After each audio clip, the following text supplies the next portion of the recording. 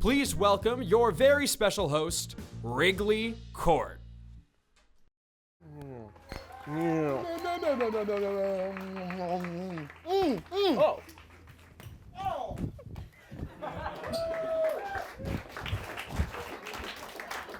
Good evening and welcome to the final Off the Wire episode of the semester.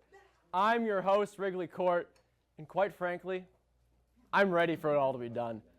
I don't know about you guys, but this semester's been a real doozy.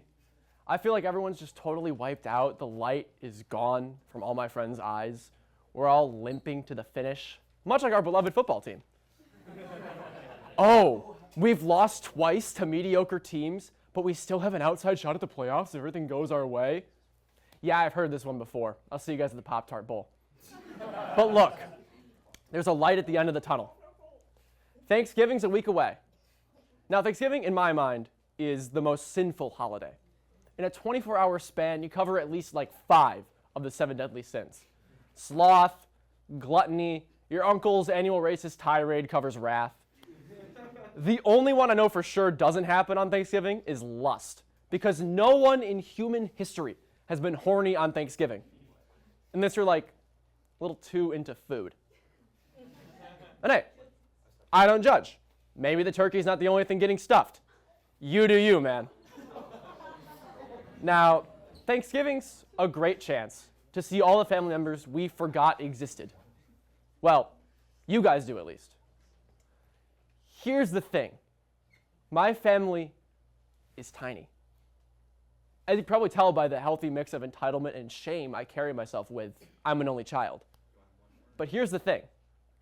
I'm an only grandchild on both sides. 0 immediate family members under the age of 40. So Thanksgiving is just me and some miscellaneous unks. I am the kids' table. The thing about my grandparents, at least the ones I spend Thanksgiving with, is that they love cats. Like, they have 4 cats. They used to have 3 cats. But I visited them earlier this year, and when I walked in the door, they were immediately like, look at this, a 4th cat. And I was like, cool. It's slightly different from the other 3.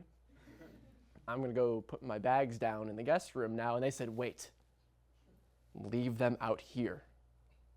That's not the guest room anymore. It's the cat's room. Now, mind you, I'm not saying like cats with an apostrophe at the end, like the room belongs to all 4 cats. That I could kind of understand. Like at that point, it's basically the grandparents' apartment from Charlie and the Chocolate Factory. But no, I'm saying cat apostrophe S, as in the room belongs to a single cat. The new cat, to be exact.